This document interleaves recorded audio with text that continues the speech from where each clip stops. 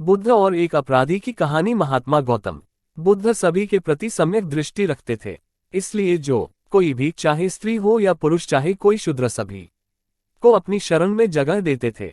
एक बार की बात है, एक अपराधी, घोर पापी मन वाला आदमी बुद्ध से मिलकर सन्यासी बनने की सोच रहा था, लेकिन वह बुद्ध के सामने जाने से डर रहा था, क्योंकि वह अपराधी चारों तरफ से बदनाम था। इसलिए उसको डर था कोई उसको कुछ कह न दे।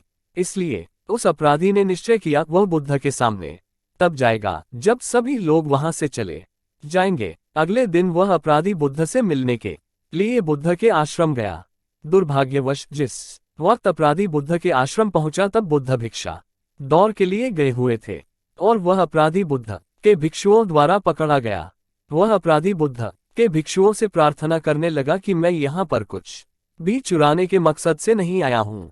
यहाँ पर आस पास के लोग मुझे एक अपराधी और पापी से पहचानते हैं। मैं डर गया था कि कहीं मुझे बुद्ध की शरण मिले ना मिले, इसलिए मैं दीवार को लांघकर यहाँ पर आया हूँ। आप मुझ पर विश्वास कीजिए, मैं यहाँ पर सन्यासी बनने के लिए आया हूँ।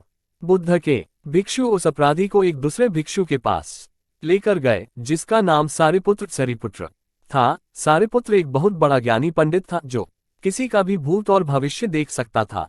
बुद्ध के भिक्षुओं, बुद्धास डिसाइपल, ने सारिपुत्र से कहा कि आप इस अपराधी का चेहरा पढ़िए और इसकी भविष्यवाणी कीजिए। ये आदमी अपने आप को एक अपराधी और पापी बता रहा है और सन्यासी बनने के उद्देश्य से यहाँ पर आया है। सारिपुत्र ने उस अपराधी के भूत देखा। उसने पाया कि वह वाकई में एक हत्यारा, पापी और चोर था, लेकिन पिछले जन्म के भाग्य उसको यहाँ पर लेकर आए हैं। सारिपुत्र ने अपनी आंखें बंद करी और हजारों वर्ष पीछे गया। उसने पाया कि वह अपराधी हजारों वर्षों से एक पापी था, कभी उसमें सुधार नहीं हुआ। अपराधी की भूत कुंडली देखकर सारिपुत्र डर गया और कांपने लगा। यह आदमी तो बहुत खतरनाक है, ये किसी के लिए भी ठीक नहीं है, इसको बुद्ध भी ठीक नहीं कर सकते हैं। सारिपुत्र ने तुरंत उसको आश्रम से बाहर भिजवाया।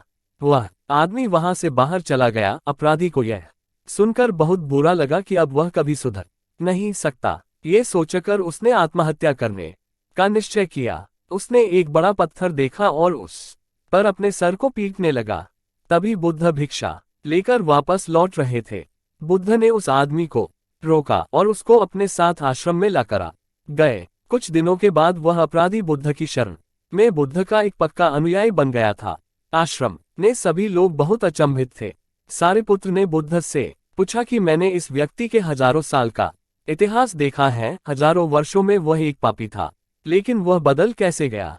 अगर यह आदमी इतने दिनों में सुधर सकता है तो फिर उन हजारों वर्षों क्या और फिर किसी के भूत देखने का क्या मतलब है? बुद्ध ने सारिपुत्र से कहा कि तुम्हें इसका भूत देखा है, जबकि मैंने इसका भविष्य देखा है। किसी भी क्षण जब कोई सोच लेता है कि उसे बदलना है तो वह बदल सकता है। इस आदमी ने भी वही किया है। तुरंत लिया गया फैसला निर्णयात्मक होता है।